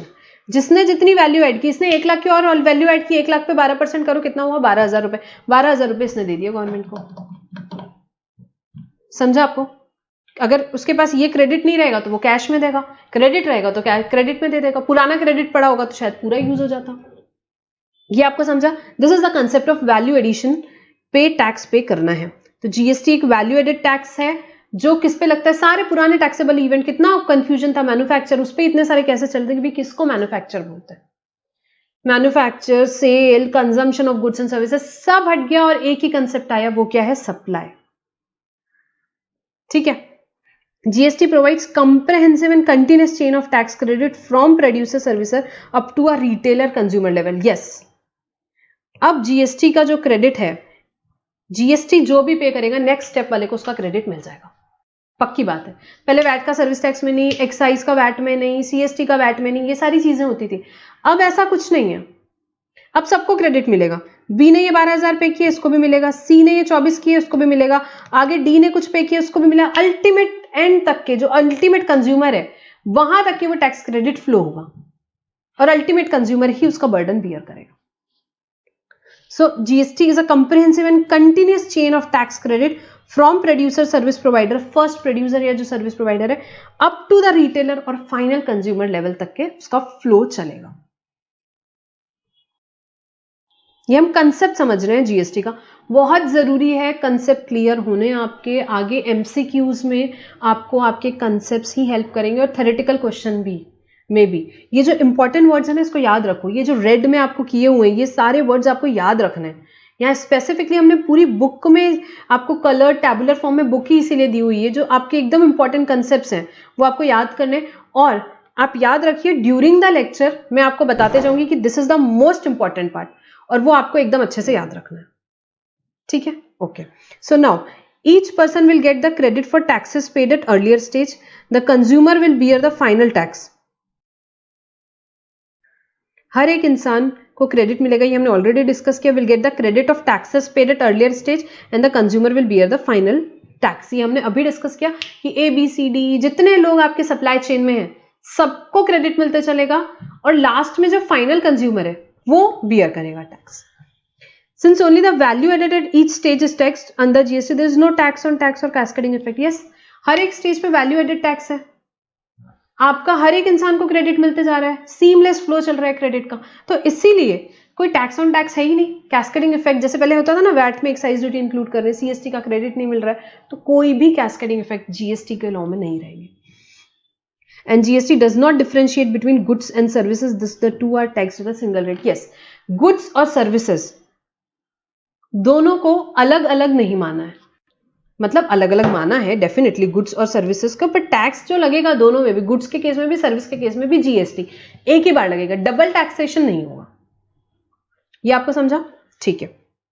तो अब जीएसटी की नीड क्यों थी, हमने डिस्कस किया, क्योंकि इतनी डेफिशिएंसीज थी एग्जिस्टिंग वैल्यू एडेड सिस्टम में, एग्जिस्टिंग लॉ में, जिसके कारण जीएसटी को आना पड़ा. जीएसटी से एक one nation one market one tax, हमारा जो मोदी जी बोलते हैं one nation one market one tax के कंसेप्ट पे आया हुआ है. So as to compete with global market. देखो पहले इतने सारे लॉ होते थे, मैंने आपको बताया, चलो मैं आपको ही बोलती हूँ यार, एक काम करो, आप बिजनेस करो. पुराने जमाने में, पुराने टाइम पे जीएसटी के पहले 29 स्टेट्स, 29 वैट लॉ, सब जगह रजिस्ट्रेशन लो, सब जगह के रिटर्न भरो, सब जगह कंसल्टेंट्स अपॉइंट करो. आप क्या करोगे? आप इतना कॉम्प्लिकेट होंगे, जो फॉरेनर्स के क्या हाल होंगे. वो इंडिया में आते तो वैसी टेंशन में आ जाते. क्यों आते? इसीलिए आते हैं. ये क्या है, क्या हो रहा है, 29 स्टेट्स 29 वैट लॉ, वो समझ में ही नहीं आएगा. हर जगह अलग अलग रेट लग रहे हैं, हर जगह अलग अलग प्रोसीजर है, डेडलाइंस अलग अलग है, रिटर्न ही अलग अलग भर रहे हैं, पेनल्टीज अलग अलग है. बहुत मुश्किल होता था. इसीलिए आप कंपीट कर नहीं पाते थे. आपके गुड्स और सर्विसेज काफी कई जगह बहुत महंगे रहते थे. गुजरात में रेट टैक्स का अलग है, महाराष्ट्र में अलग है, टैक्स का रेट ही अलग अलग है, तो यूर आपका यहां पे ही कंपटीशन हो जाता था. तो compete with the global market as many countries are following GST regime. Yes, ये भी है. आज more than 160 countries आपका GST follow कर रही है. Around 160 countries in the world are following GST, goods and service tax, और हमारे इंडिया ने अभी implement किया है ये GST. तो एक ट्रांसपेरेंट लॉ रहेगा तो it is very easy to compete in the India as well as the global market also. So deficiencies in the earlier tax system has led to it. ये सब हमने डिस्कस किया. Cenvat credit of excise and service tax were not available to retailers and VAT dealers. Yes, it is correct. VAT dealers को नहीं मिलता था service tax और excise का credit, which was a major problem. Then credit of CST were not available for dealers earlier. Yes, difficulty in distinguishing between goods and services, especially in case of intellectual properties, drawing design, restaurant, software and work contract. और इसीलिए इन लोगों को goods भी बोल देते थे and service भी, और दो टैक्सेशन लगते थे, डबल टैक्सेशन. तो ये सारी प्रॉब्लम्स थी और ये सारे सॉल्यूशंस आए हैं जीएसटी के साथ में. तो इसीलिए एक ऐसा टैक्स स्ट्रक्चर आया है which is a comprehensive tax structure, जिसमें गुड्स भी आता है, सर्विसेज भी आता है, और दोनों सेंटर और स्टेट पे साथ में ये लॉ आया है. ये अभी हम लोग डिस्कस करते हैं कि ये सेंटर और स्टेट पे कैसे आया है. ये हम लोग अभी डिटेल में डिस्कस करते हैं 2 मिनट बाद. मेजर इनडायरेक्ट टैक्सेस जो पुराने थे वो जीएसटी के अंदर आ गए, और अब जो टैक्स लगता है वो लगता है supply of goods and services पे.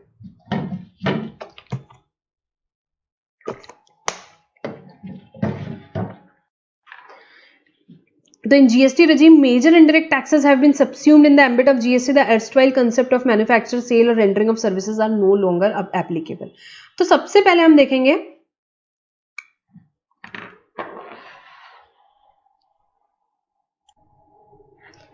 तो अब कौन से मेजर टैक्सेस जीएसटी में आके सब्स्यूम हो गए. The major taxes subsumed and the major taxes which have not been subsumed under GST. मतलब कौन से टैक्सेस जीएसटी में आ गए और कौन से टैक्सेस जीएसटी में नहीं आए. जीएसटी आने के कारण देखो, पहले अपने इंडिया का फेडरल स्ट्रक्चर कैसा है कि सेंट्रल गवर्नमेंट भी टैक्स लगाती है, स्टेट गवर्नमेंट भी टैक्स लगाती है. दोनों गवर्नमेंट टैक्सेस क्यों लगाती है? सेंट्रल गवर्नमेंट अपने टैक्स लगाएगी, स्टेट गवर्नमेंट अपने टैक्सेस लगाती थी पहले. क्यों? क्योंकि इंडिया में जैसे एक्साइज ड्यूटी सेंट्रल गवर्नमेंट का रेवेन्यू, वैट स्टेट गवर्नमेंट का है. दोनों गवर्नमेंट क्यों लगाती है? क्योंकि बॉस, इंडिया का फेडरल स्ट्रक्चर ही ऐसा है कि दोनों गवर्नमेंट को रेवेन्यू चाहिए. रेवेन्यू किससे आता था? टैक्स से आता था, और उससे वो अपनी रिस्पॉन्सिबिलिटीज फुलफिल करते हैं. तो जीएसटी आने पे, जीएसटी हमारा इंडिया में जो आया है वो डुअल मॉडल में आया है, हम डिटेल में डिस्कशन करते हैं, मतलब सेंटर और स्टेट सीजीएसटी एसजीएसटी दोनों भी लगते हैं। तो उसके लिए जीएसटी आने के लिए पुराने इनडायरेक्ट टैक्सेस को जीएसटी में मर्ज होने थे, तो सेंटर ने भी अपने कुछ टैक्सेस सेक्रीफाइस किए, स्टेट ने भी टैक्सेस सेक्रीफाइस किए, और अब उनको जीएसटी से रेवेन्यू आता है। तो कौन से टैक्सेस जो पहले थे बट जीएसटी आने के कारण जीएसटी में सब्स्यूम हो गए, सबसे पहले हम वो डिस्कस करेंगे, और उसके बाद कौन से टैक्सेस आज भी हैं वो डिस्कस करेंगे। तो this is very very important, mark करके रखिए, एग्जाम में थ्योरेटिकल क्वेश्चन भी आ सकता है इस पे एज इट इज कि which taxes has been subsumed under GST and which taxes have not been subsumed under GST, 2 3 4 mark के लिए आ सकता है। सेकेंड, मल्टीपल चॉइस क्वेश्चन में भी आपको ये आ सकता है, दिस इज वेरी इंपॉर्टेंट, कहीं ना कहीं तो आना ही है ये, तो ये आपको याद कर लेना है। इसकी मेमोरी टेक्निक भी मैं आपको बताऊंगी। तो सबसे पहले हम देखते हैं कि कौन से टैक्सेस सब्स्यूम हो गए, मतलब जीएसटी में आ गए। तो इसमें 2 बाइफर्केशन है, first is central tax, central level पे जो सेंट्रल गवर्नमेंट के टैक्सेस होते थे वो कौन से सब्स्यूम हुए, और स्टेट गवर्नमेंट के जो टैक्सेस थे वो कौन से जीएसटी में सब्स्यूम हो गए। तो सबसे पहले सेंट्रल लेवल पे central excise duty, additional excise duty, service tax, ये सब सेंट्रल गवर्नमेंट के रेवेन्यू होते थे, जीएसटी आने के कारण ये सब चले गए। Additional custom duty which is known as CVD also, central sales tax and central surcharge so as far they relate to supply of goods and services, ये सारे टैक्सेस जीएसटी आने के कारण जीएसटी में आ गए। अब इसकी मेमोरी टेक्निक है CA CS CA CA CA CS, आप इसको ऐसे याद रख सकते हो, सीए सीए सीएस या CA CS CA whatever आपको याद रखना है। तो आप ये देख लो, central excise duty, additional excise duty आपका एक सीए हो गया, then central sales tax, additional custom duty आपका एक सीए हो गया, and central surcharges and service tax आपका ये हो गया। आपको ये याद रखना है, थ्योरेटिकल क्वेश्चन में एक्चुअली एक्सपेक्टेड है, फर्स्ट कीवर्ड से इसको बनाया है CA CS CA, CA CA CS जैसे भी आपको याद रखना है। तो ये जो सीए सीए सीएस है ये आपके सब्स्यूम हो गए सेंट्रल लेवल पे। देन स्टेट लेवल पे वैट या बोल लो या सेल्स टैक्स बोल लो वो, देन लग्जरी टैक्स लगता था लॉटरी बैटिंग गैम्बलिंग पे, अब वो भी जीएसटी में आ गया है, अब उस जगह बैटिंग गैम्बलिंग लॉटरी के केस में जीएसटी लगता है। देन ऑक्ट्राई एंट्री टैक्स था वो भी जीएसटी में सब्स्यूम हो गया है, परचेज टैक्स जीएसटी में आ गया है, और स्टेट के जो सरचार्ज और सेस हुआ करते थे which relate to supply of goods and services ये भी जीएसटी में आ गए। तो ये सब आपको याद रखना है, VAT, sales tax, luxury tax on lottery betting and gambling, octroi and entry tax, purchase tax and state surcharges, ये जैसे मैंने आपको बोले हैं वैसे आपको भी याद रखने। इसकी भी मेमोरी टेक्निक है, एक मूवी थी याद है आपको, PS I love you, PSLOV, ये आपकी मेमोरी टेक्निक है, ये तो याद रह जाएगा, PS I love you, ठीक है। तो PS is purchase tax, state surcharge, and love is luxury tax, octroi and VAT, ये आपको ऐसे याद रखना है, ठीक है। ये इसकी मेमोरी टेक्निक होगी, ये इसकी बहुत इंपॉर्टेंट है, ये एग्जाम में आना ही आना है, ये आपको याद रखना है, ठीक है। और taxes which are not subsumed under GST, मतलब कि भाई जो जीएसटी में नहीं आ पाए वो कौन से है। कस्टम ड्यूटी आज भी है, आपको पता होगा कस्टम ड्यूटी आज भी है। देन स्टैम्प ड्यूटी आज भी है। Vehicle tax, taxes on liquor, liquor में तो आने ही नहीं दिया, इसकी तो बढ़िया स्टोरी है, हम लोग मजे से सुनेंगे बाद में। Then taxes on sale and consumption of electricity, इस पे भी जीएसटी नहीं है। Road tax and entertainment tax, जो कुछ कुछ लोकल बॉडीज लेवी करती है, इन सब चीजें, ये वाले जो टैक्सेस है these are not subsumed under GST, means these are the continuing taxes, और इस पे आज भी ये वाले रिस्पेक्टिव टैक्सेस लगते हैं। अब इसकी मेमोरी टेक्निक 3 टाइम्स मेरा वीर बना CS, Veer CS, Veer is brother in Punjabi as far as I know, so Veer CS is the memory technique for this. So first one की है CA CS CA, second memory technique आपके state government के जो subsume हुए वो तो याद आ जाएगा, PS love, and third is जो सब्स्यूम नहीं हुए वो कौन से टैक्सेस है आपके, veer CS, V stands for vehicle tax, E stand for electricity tax, then this entertainment tax and excise duty on liquor, R is road tax and CS is custom duty and your stamp duty. तो ये आपको इस तरीके से याद रखना है, frequent revision में लेके आओगे तो ये याद होना ही होना है, ठीक है। तो कौन से सेंट्रल लेवल पे फटाफट रिवाइज करते हैं, याद करना है यहाँ पे भाई, सेंट्रल लेवल पे कौन कौन से टैक्सेस सब्स्यूम हुए, CA CS CA, CA कौन सा है आपका, central excise duty first, then additional excise duty second, CS में क्या क्या आएगा आपका, आपका आएगा central sales tax and service tax, and third CA में क्या आएगा आपका central surcharges and additional custom duty. ये टैक्सेस सेंट्रल लेवल पे लगते थे जो सब्स्यूम हो गए हैं जीएसटी में। सेकंड, स्टेट लेवल पे कौन से टैक्सेस सब्स्यूम हुए? स्टेट लेवल पे पीएस लव टैक्सेस सब्स्यूम हुए। P stands for purchase tax, S stands for state के surcharge, love stands for luxury tax, octroi and VAT. ये आपको क्लियरली याद रखना है। उसके बाद तीसरा, आपके कौन से टैक्सेस सब्स्यूम नहीं हुए जीएसटी में? तो that are veer CS, that is V stands for vehicle tax, E is for electricity duty, then entertainment tax, then excise duty and liquor, R stands for road tax, C is custom duty and S is stamp duty. ये सारे taxes आपके GST में subsume नहीं है। This is very very very important. इस पे या तो थ्योरेटिकल क्वेश्चन और एमसीक्यू एक्सपेक्टेड है, ठीक है? तो ये आपको एकदम अच्छे से याद कर लेना है, याद हो ही जाना चाहिए। ये आज जो भी वीडियो जब भी देख रहे हो, ये आज के आज आपको ये याद हो जाना चाहिए। तो ये कुछ चीजें हैं चैप्टर 1 में, कुछ 3 या 4 चीजें हैं वो मैं आपको बताऊंगी जो कि बहुत इंपॉर्टेंट है और एग्जाम में क्वेश्चन उसी से एक्सपेक्टेड है। ए एनालिसिस चीज है जी, जो सबसे इंपॉर्टेंट चीज है लॉ की, वही एग्जाम में आनी है, क्योंकि फाइनल लेवल पे इसका नॉलेज तो एक्सपेक्टेड है कि अब कौन से टैक्सेस हैं या कौन से टैक्सेस नहीं है, ठीक है? चलो, तो अब ये हो गए कि कौन कौन से टैक्सेस हमारे यहाँ पे सब्स्यूम हो गए। अब जीएसटी के बेनिफिट्स क्या हैं, एक हम थोड़े से बेसिक लेवल पे डिस्कस करते हैं। जीएसटी जो है एक विन विन सिचुएशन है इंटायर कंट्री के लिए। क्यों विन विन सिचुएशन है? Because it is bringing benefit to all stakeholders of industry, government, consumer, सबके लिए है, क्योंकि लोअर हो रही है cost of goods and service. अब आप पूछोगे मैम लोअर कैसे हो गई, टैक्स तो लग ही रहा है, पहले एक्साइज लगता था अभी जीएसटी लग रहा है। तो भाई लोअर इसीलिए हुई क्योंकि अभी कैस्केडिंग इफेक्ट्स नहीं है, डबल टैक्सेशन नहीं है, तो इसके लिए आपके हार्मोनाइज सिस्टम प्रोसीजर्स हैं, आपके cost definitely goods and services के लॉन्ग रन में कम होनी ही होनी है। So what are the major benefits of GST? So first is mitigating ill effects of cascading, ये हमने डिस्कस किया, because most of the central and state tax into single tax and now allowing set off of prior state taxes for transaction across the entire value chain, it would mitigate the ill effects of cascading. Definitely it is going to it is going to mitigate the ill effects of cascading. It is going to improve the competitiveness and improve the liquidity of business. ये सब आपको जो इसके points है ना, mitigating ill effects of cascading, ये सब आपको याद रखना। ये सब थ्योरेटिकल क्वेश्चन में 2-3 मार्क के लिए आए, और आए तो यहाँ मार्क्स छोड़ना नहीं है। आप सीए के स्टूडेंट हो, मुझसे ज्यादा आपको पता है एक एक नंबर की वैल्यू क्या होती है। मुझे भी पता है, even I have cleared this exam, so we all know the value of even 1 mark. So ये 2-3 मार्क के लिए ऐसे क्वेश्चंस भी आए तो हमको बिल्कुल भी नहीं छोड़ना है, ठीक है? Then elimination of multiple taxation and double taxation. Yes, GST ने सब्स्यूम कर लिया, हमने देखे कितने सारे टैक्सेस सब्स्यूम कर लिए। सीए हमने देखा, पीएस लव, इतने सारे टैक्सेस सब्स्यूम कर लिए। तो GST subsume majority of existing indirect tax levies both at central और state level into one tax, and GST is leviable uniformly on goods and services. This will make doing business easier and will also tackle the highly disputed issue relating to double taxation of a transaction as both goods and services. ध्यान है आपको, double taxation restaurant and catering service पे लगता था। पहले ही इतने सारे taxes, excise duty, octroi, पता नहीं क्या क्या क्या क्या हमने अभी देखे, इतने सारे टैक्सेस हुआ करते थे।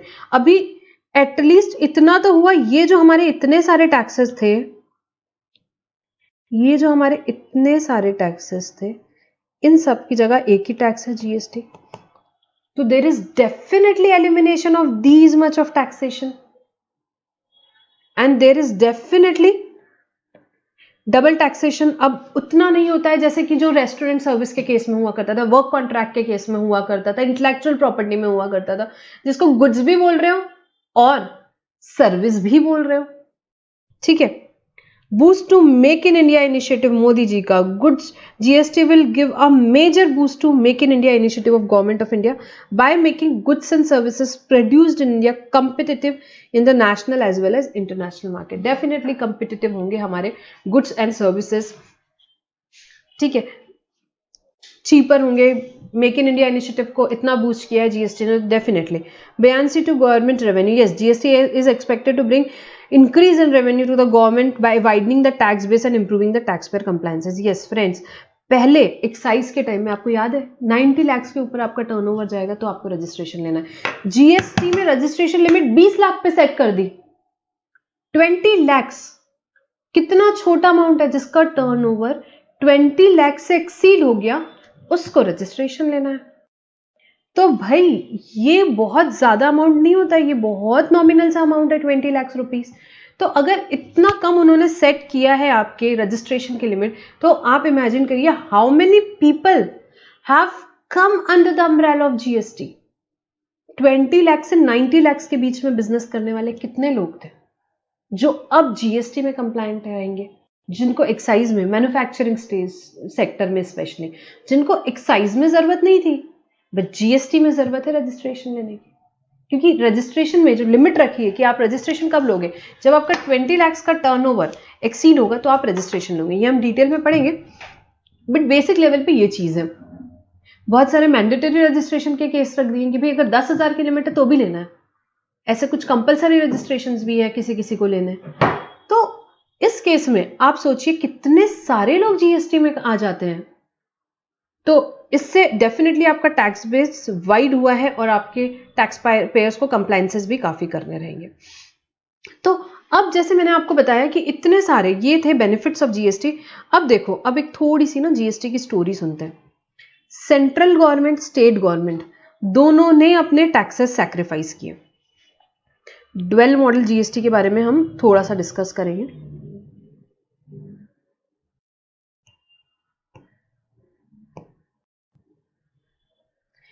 सेंट्रल गवर्नमेंट ने भी अपने टैक्सेस सैक्रिफाइस किए या सब्स्यूम किए, हम बोलेंगे। स्टेट गवर्नमेंट ने भी अपने टैक्सेस सब्स्यूम किए और टैक्स जो आया वो आया जीएसटी।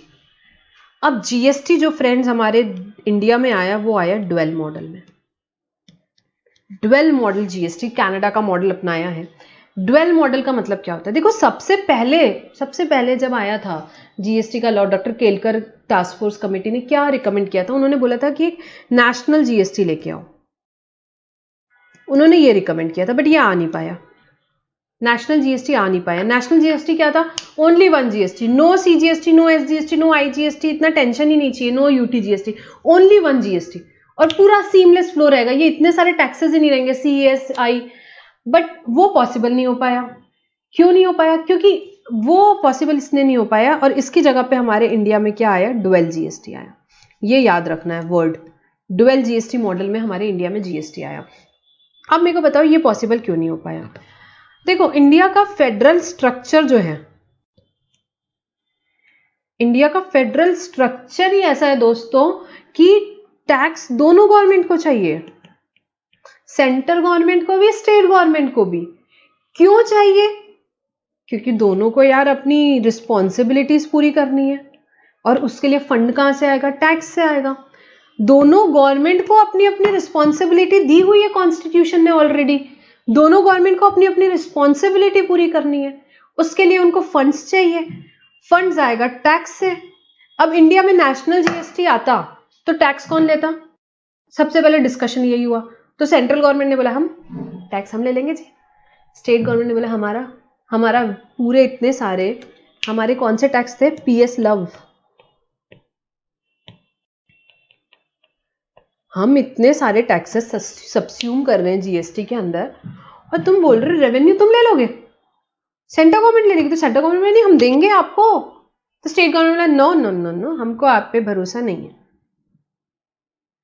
हमको तो हमारा जीएसटी चाहिए और हमको तो इतना भी भरोसा नहीं है कि हम महीने भर बाद भी लें, हमको तो पर ट्रांजैक्शन हमारा जीएसटी चाहिए।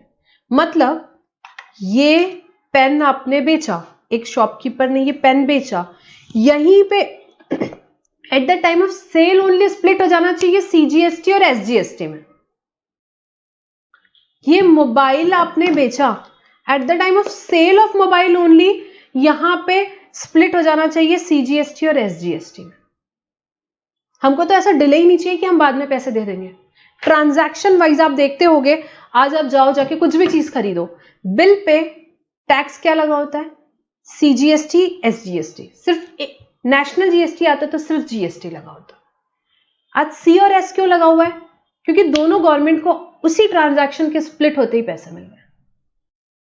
अब क्योंकि हमारे इंडिया का फेडरल स्ट्रक्चर ही ऐसा था कि दोनों गवर्नमेंट की अपनी अपनी रिस्पॉन्सिबिलिटीज थी, तो एक ऐसा मॉडल जीएसटी का लाना था जिसमें दोनों को टैक्स का रेवेन्यू मिले, दोनों government has the power to levy taxes, इसीलिए ड्वेल मॉडल जीएसटी आया which gives power to both central government as well as state government to levy the tax together. दोनों को पावर देती है कि दोनों जन टैक्स लगा सके।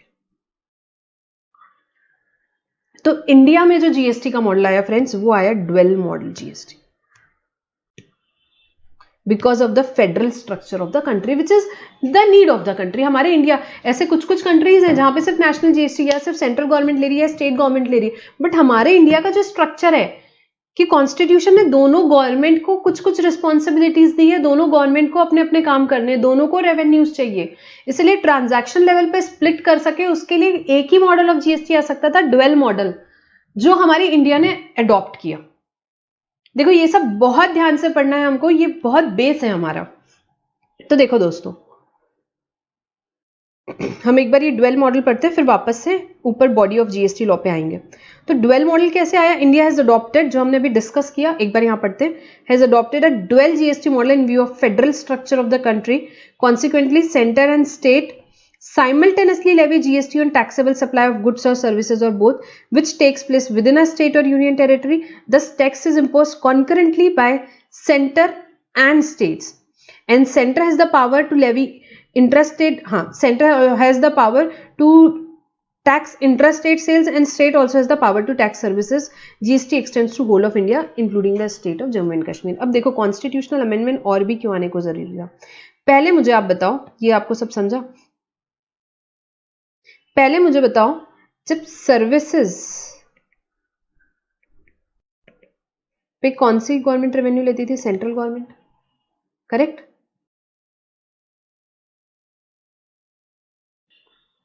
और वैट का रेवेन्यू किसका था?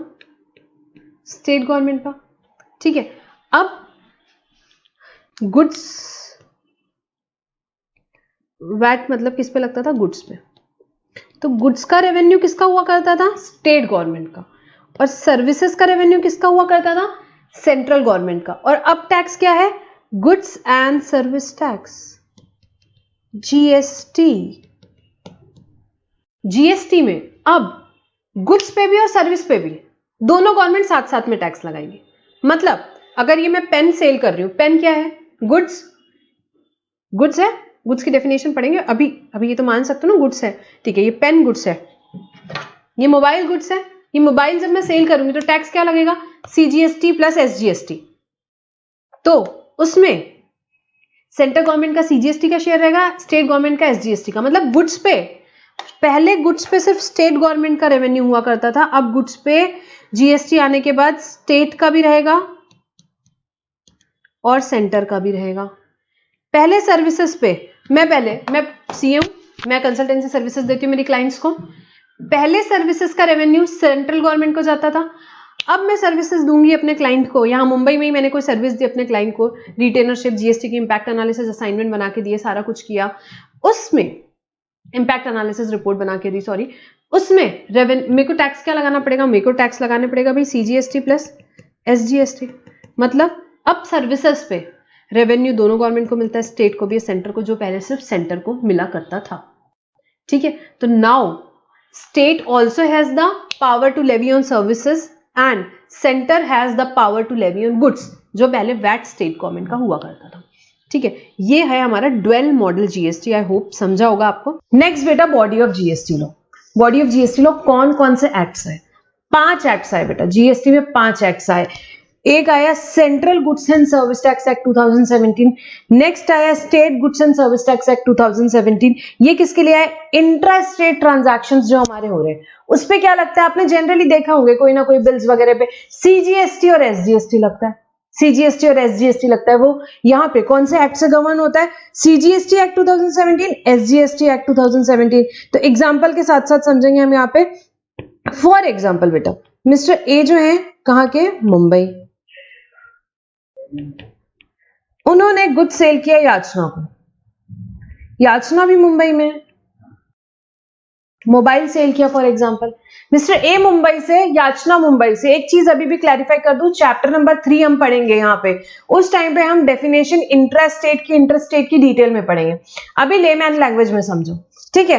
तो यहाँ पे मिस्टर ए मुंबई के, याचना भी मुंबई की है, यहाँ पे मिस्टर ए ने याचना को एक मोबाइल सेल किया, तो टैक्स कौन सा लगेगा बेटा? टैक्स जो लगता है यहाँ पे लगता है CGST plus SGST, CGST plus SGST लगता है tax.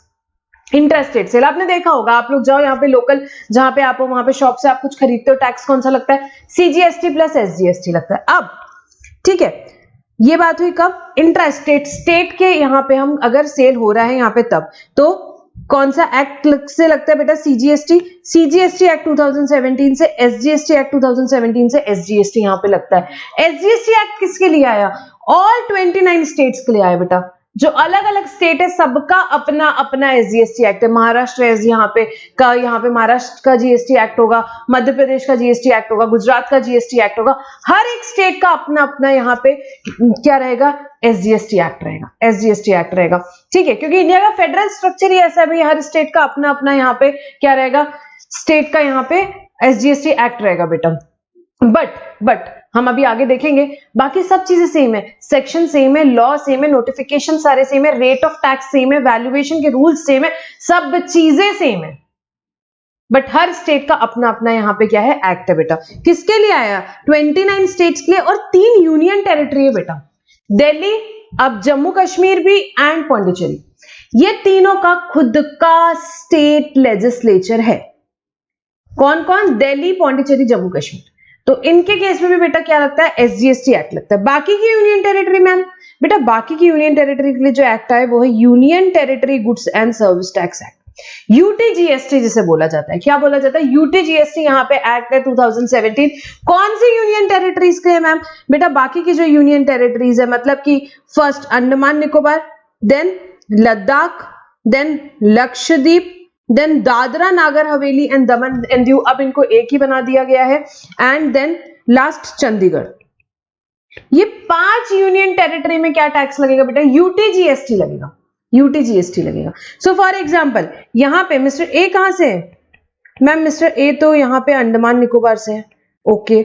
Mister A Andaman Nicobar से, याचना भी अब जाके अंडमान निकोबार में ही रह रही है, काफी टाइम हो गया है, तो यहाँ पे याचना भी अंडमान निकोबार से है, मिस्टर ए भी अंडमान निकोबार से, याचना भी अंडमान निकोबार से। याचना ने वहां पे जाके मोबाइल खरीदा, लोकल शॉप है मिस्टर ए की, वहां से टैक्स कौन सा लगेगा बेटा? CGST plus UTGST. टैक्स कौन सा लगेगा? CGST plus UTGST. यूटीजीएसटी क्या होगा? यूनियन टेरिटरी की जो गवर्नमेंट है उसका रेवेन्यू रहेगा, ठीक है। तो एसजीएसटी की जगह क्या लगेगा बेटा? यूटीजीएसटी लगेगा, यूटीजीएसटी लगेगा। अब मैम मिस्टर ए जो है ना वो जम्मू कश्मीर के हैं, और याचना भी अभी जम्मू कश्मीर में, वहां पे खरीदा तो क्या लगेगा मैम?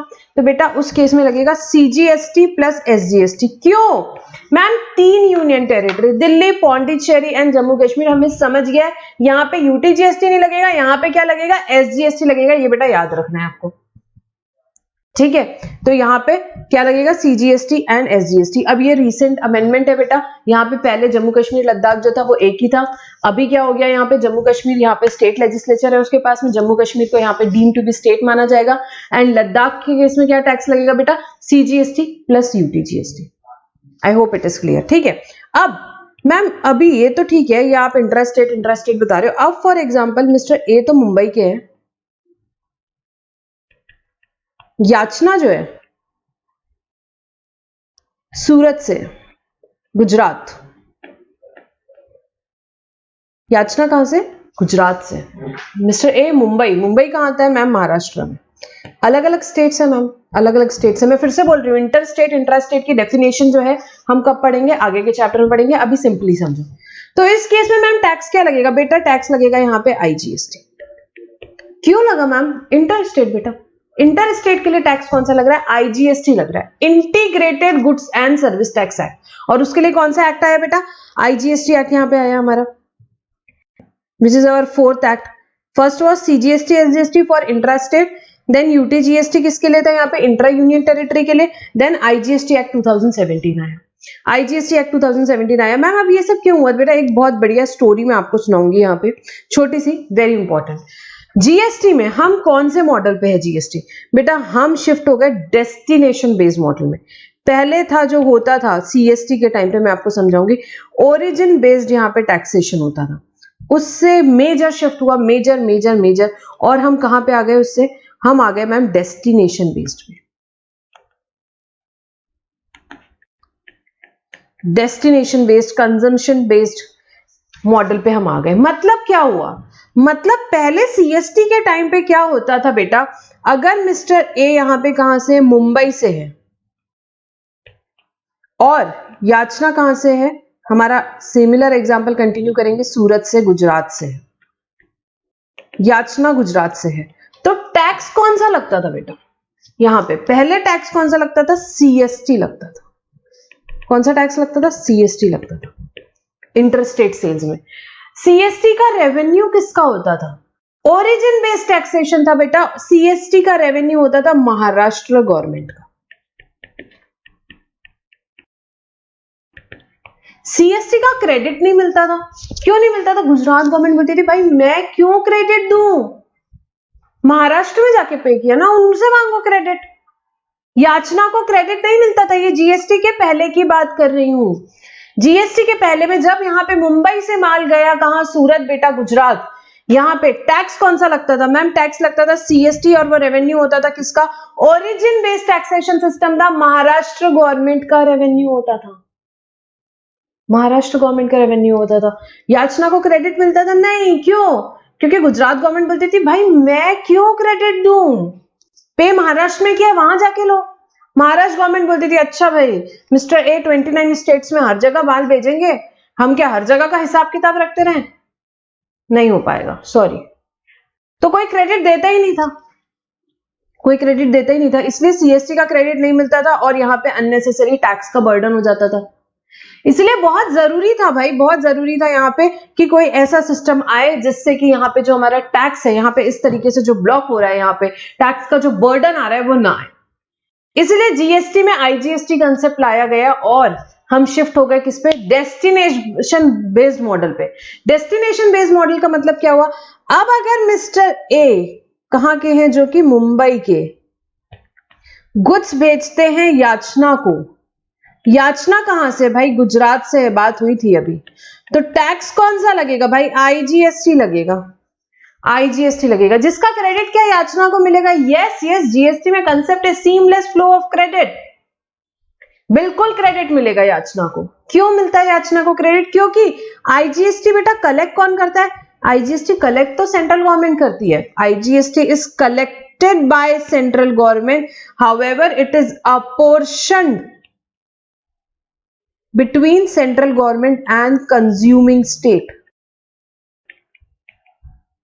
मतलब गुजरात, आईजीएसटी का रेवेन्यू अब महाराष्ट्र गवर्नमेंट का नहीं रहेगा, इस केस में गुजरात गवर्नमेंट और सेंट्रल गवर्नमेंट के बीच में 50-50 अपोर्शन होगा। तो गुजरात को कोई टेंशन ही नहीं है, गुजरात गवर्नमेंट बोली बिल्कुल हम क्रेडिट दे देंगे। आगे वही गुड्स याचना ने पंजाब में भेज दी तो भाई वो पंजाब गवर्नमेंट को क्रेडिट मिल जाता है, कोई दिक्कत नहीं है, कोई दिक्कत नहीं है, आईजीएसटी लगेगा। यहां क्या हो रहा है ट्रांजैक्शन में? इंटरेस्ट रेट यहां पे सेल हुआ, आईजीएसटी लगा। मिस्टर ए को कुछ नहीं करना है, मिस्टर ए तो भैया याचना से पैसा लेंगे। फॉर एग्जांपल 1 लाख रुपए का वैल्यू था, 18,000 रुपए का टैक्स था, आईजीएसटी 18,000, 1,18,000 टोटल लिया उन्होंने, 1 लाख खुद रख लेंगे, 18,000 गवर्नमेंट को पे कर देंगे, सेंट्रल गवर्नमेंट के पास आईजीएसटी चले जाएगा। फिर सेंटर और स्टेट अपना अपना कर लेंगे 50-50, 9,000 उनके पास आ जाएगा। स्टेट कौन सा? गुजरात स्टेट। गुजरात स्टेट को रेवेन्यू मिल गया, तो गुजरात स्टेट ने बोला कोई टेंशन नहीं है भाई, कोई भी टेंशन नहीं है, हम क्रेडिट दे देंगे। तो यहां पे क्रेडिट चेन ब्लॉक नहीं हो रही, सीमलेस फ्लो ऑफ क्रेडिट हो रहा है। आईजीएसटी का क्रेडिट याचना को मिलेगा, ठीक है, उसके लिए कॉस्ट नहीं बन रहा जो कि पहले होता था। तो ये कौन सा मॉडल है बेटा? डेस्टिनेशन बेस्ड मॉडल पे आया है जीएसटी, ठीक है। अब क्या हुआ? ठीक है, इसीलिए पहले तो आईजीएसटी आया, ताकि आईजीएसटी के कंसेप्ट से अब क्या होगा बेटा, यहाँ पे आपका यहाँ पे क्रेडिट जो है, आपका क्रेडिट का चेन ब्लॉक नहीं होगा, इसलिए आईजीएसटी एक्ट को लेके आया। अब क्या हुआ? अब सेलर स्टेट, बहुत सारे स्टेट्स अपने इंडिया में बेटा जो सेलर स्टेट्स है, मतलब जहां से बहुत ज्यादा सेल होता है, जहां से बहुत ज्यादा सेल होता है। अब जो सेलर स्टेट्स थे वो थोड़े टेंशन में आ गए, बोले यार जीएसटी आने के कारण तो लगता है लॉस हो जाएगा, पहले इतना रेवेन्यू आता था सीएसटी का, अब आईजीएसटी तो इन्होंने दे दिया कंज्यूमिंग स्टेट को, तो लॉस आ गया। सेलर स्टेट्स आ गए टेंशन में, तो गवर्नमेंट ने बोला आप भाई टेंशन मत लो, इसका भी सोल्यूशन है हमारे पास। क्या स्टेट्स ने पूछा, सेलर स्टेट्स ने पूछा भाई क्या है, तो गवर्नमेंट ने बोला एक जीएसटी कंपनसेशन सेस हम लेकर आएंगे। जीएसटी कंपनसेशन सेस, ये देखो ये एक्ट जो आया हमारा 5वां एक्ट, जीएसटी कंपनसेशन एक्ट यहां पे हम लेकर आए हैं।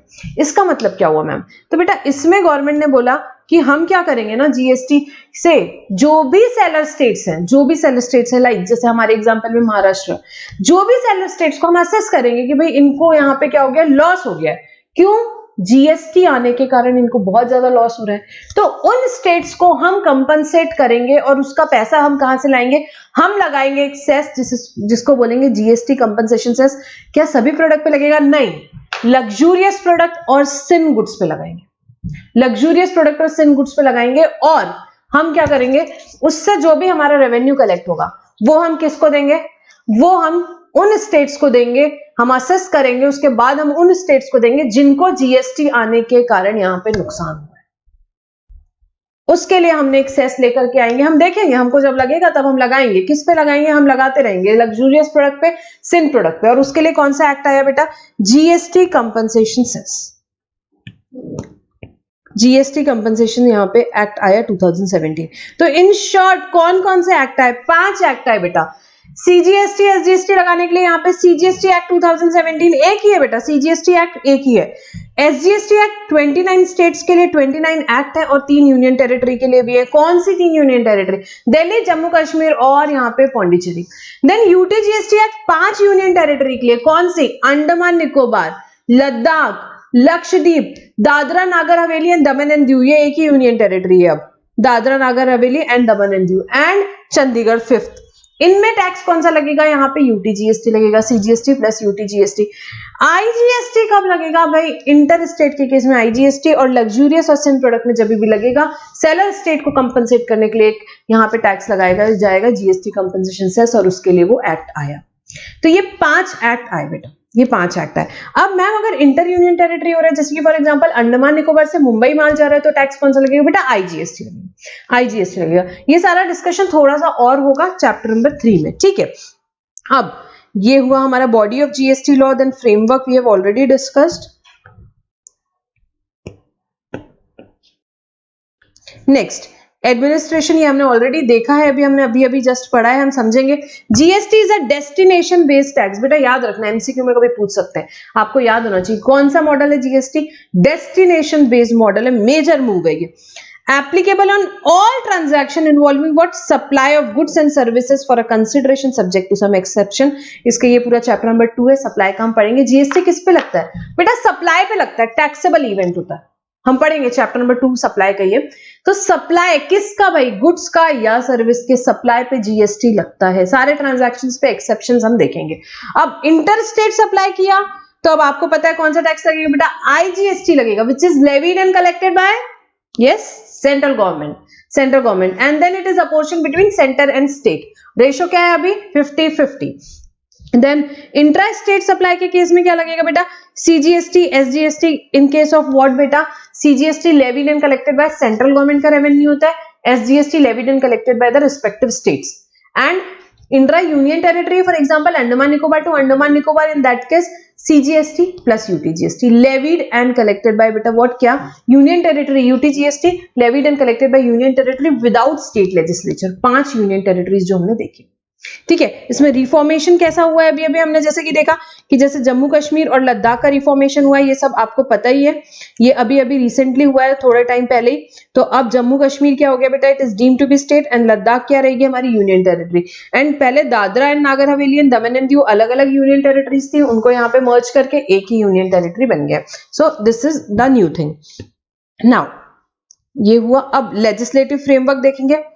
There is a single legislation CGST act for levying CGST. जैसे कि हमने देखा सीजीएसटी लगाने के लिए सिर्फ एक ही एक्ट है, CGST act 2017। Similarly, union territory without state legislature, Andaman Nicobar, Lakshadweep, Ladakh, Dadar Nagar Haveli and Daman and Diu and Chandigarh are governed by UTA GST Act.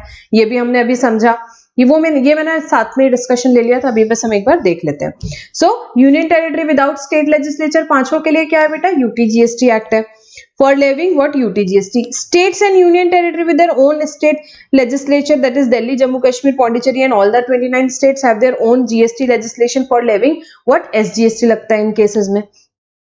Though there are multiple SGST legislation, देखो बेटा SGST के कितने सारे act पास हुए, सारे 29 states के 29 act पास हुए, but the basic feature of law such as chargeability, definition of taxable event, taxable person, classification, valuation, procedure for collection and levy of tax and like are uniform in all SGST legislation as far as feasible. This is necessary to preserve the essence of dual GST. Yes बेटा, यहाँ पे पहले से इतने सारे act पास हुए, क्यों? क्योंकि फेडरल स्ट्रक्चर अपने अपने स्टेट्स का अपना अपना, यहाँ पे इंडिया का फेडरल स्ट्रक्चर ऐसा है, इसीलिए इतने सारे स्टेट लेजिस्लेशन, यहाँ पे स्टेट लॉज पास हुए. बट वर्ड टू वर्ड सारे चीजें सेम है, सारे एक नोटिफिकेशन आज सीजीएसटी एक्ट में आया, सारे एसजीएसटी एक्ट में आज किया जाएगा. वैल्यूएशन के रूल सेम है, टैक्सेबल इवेंट सेम है, सब कुछ वर्ड टू वर्ड यहाँ पे सेम है, वर्ड टू वर्ड सारे यहाँ पे एक्ट सेम है. ठीक है, बस फेडरल स्ट्रक्चर के कारण यहाँ पे इतने सारे स्टेट लॉज पास करने पड़े.